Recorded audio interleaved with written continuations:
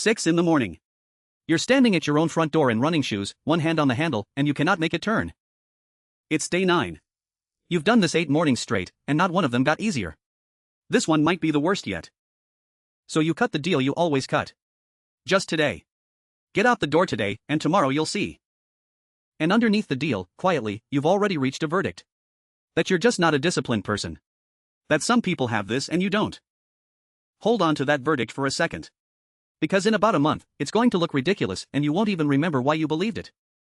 Same door. 31 days later. 6 in the morning.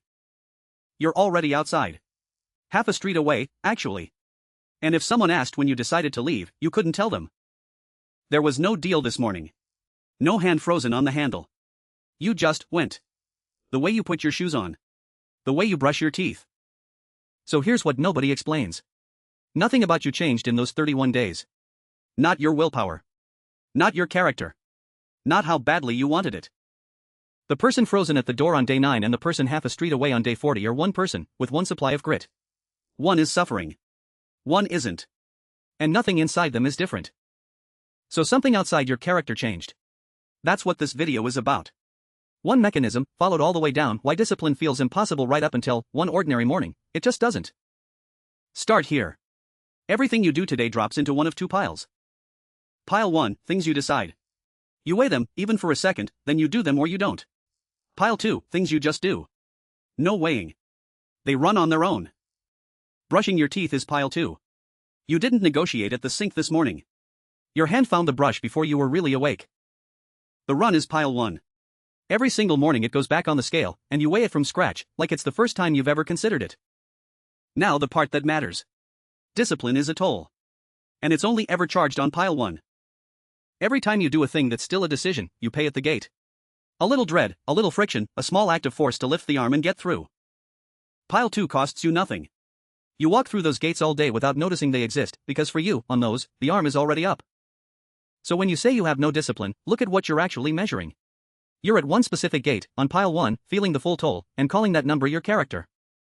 It isn't your character. It's a price. And you've quietly assumed the price is fixed. That one assumption is the whole trap. So let's look straight at it. The toll on day 9 feels exactly like the toll on day 1.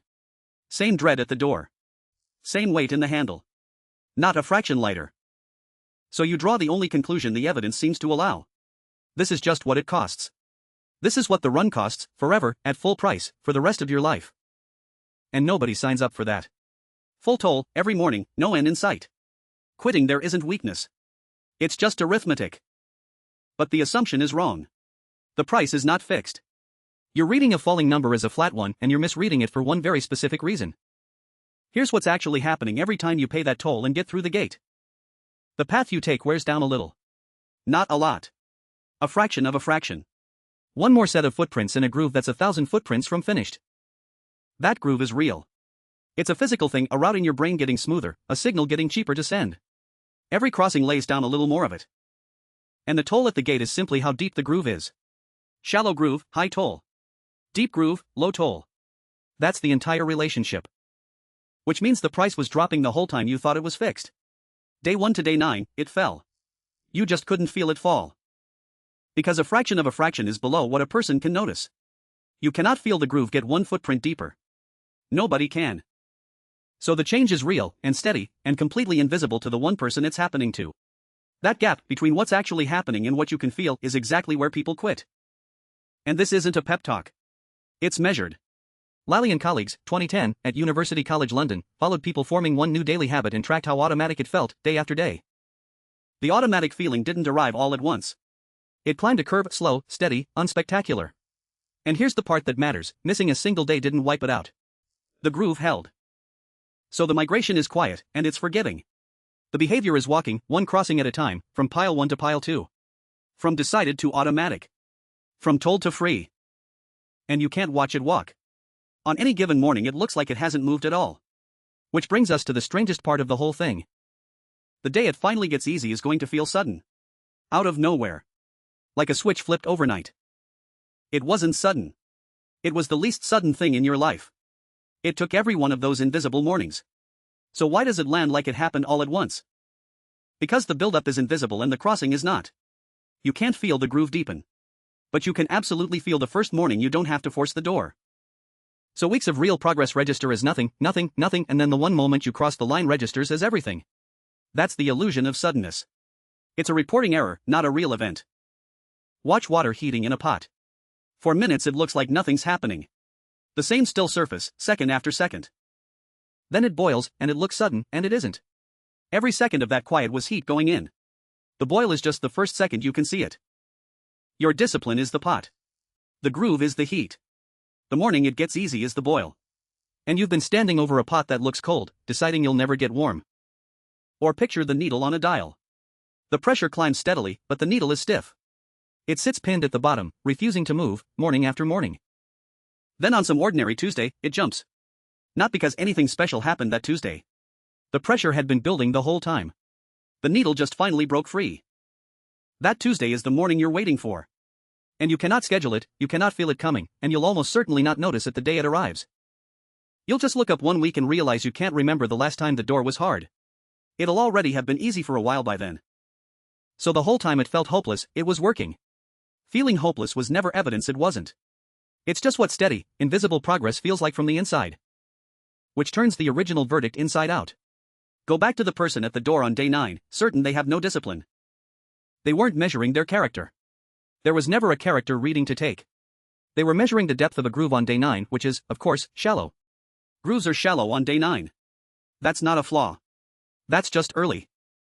And the person you compare yourself to, the one who runs every morning and makes it look like nothing, is not made of better material. You're just seeing them at a different depth. They're on day 400. Their groove is a canyon.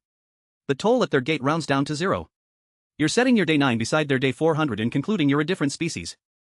You're not. You're just earlier. Every one of them once stood exactly where you're standing, paying full toll, certain it would never get lighter. The only real difference between you and them is the number of crossings behind you. Nothing else. Not grit, not genes, not some morning gene you were born without. So the goal was never to feel more disciplined. That feeling is a lagging report. It shows up last, long after the work is done. Chase it directly and you'll quit before it ever arrives. The goal is crossings. Just crossings. Get through the gate today, pay whatever it costs today, and let the groove take care of itself. It will. It has no choice, that's physics, not motivation.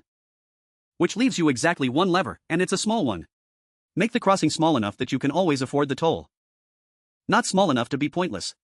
Small enough that on your worst, heaviest, most depleted morning, you can still pay. Because the migration only stalls on the mornings you don't cross at all. A missed crossing isn't neutral. Lally's people survive the odd gap, but a gap is not a habit of gaps. String enough skipped mornings together and the groove stops deepening, and the toll, very slowly, creeps back up. So you don't protect the outcome. Not the distance, not the pace, not how good the run was. You protect the crossing. One rule, cross the gate every day, even if all you do is step through and stop. A 1-minute run counts. Shoes on, out the door, 10 steps, back inside, that counts. It's a full crossing. The groove doesn't record how far you went. It records that you went. Do that and you stake everything on the one thing you actually control, whether you cross, and nothing on the thing you don't, whether it feels hard today. It's going to feel hard today. Let it. Cross anyway. Every crossing is a footprint in the groove. You will not feel it land. You're not supposed to. Feeling it isn't the job. Laying it down is. Stack enough of them, in a row, and the pot heats, and the needle climbs, and one ordinary morning it breaks free, and you'll be the last to notice, because by then it won't feel like anything at all. So go back one last time to the door on day 9. The braced arm. The frozen hand. The deal you made just to get outside. That wasn't weakness in your hand. That was a shallow groove and a high toll, on a morning that was always going to be hard, doing exactly what an early morning does. And the whole time you stood there hating yourself, the price was already falling. Not enough to feel. Enough to count. You were paying down something real, and calling it proof that you couldn't. The disciplined version of you isn't a different person you have to become. It's this exact person, a few hundred crossings further along the same groove. You don't need more character. You never did. You need more footprints in a channel you can't see, laid down on mornings that keep feeling hard until the one morning they suddenly don't. So tomorrow, don't try to feel disciplined. You won't, and now you know why. Just cross the gate once more. And the next time a door feels impossible, you'll finally know what that feeling actually is, not a verdict on you, just a groove that isn't deep yet.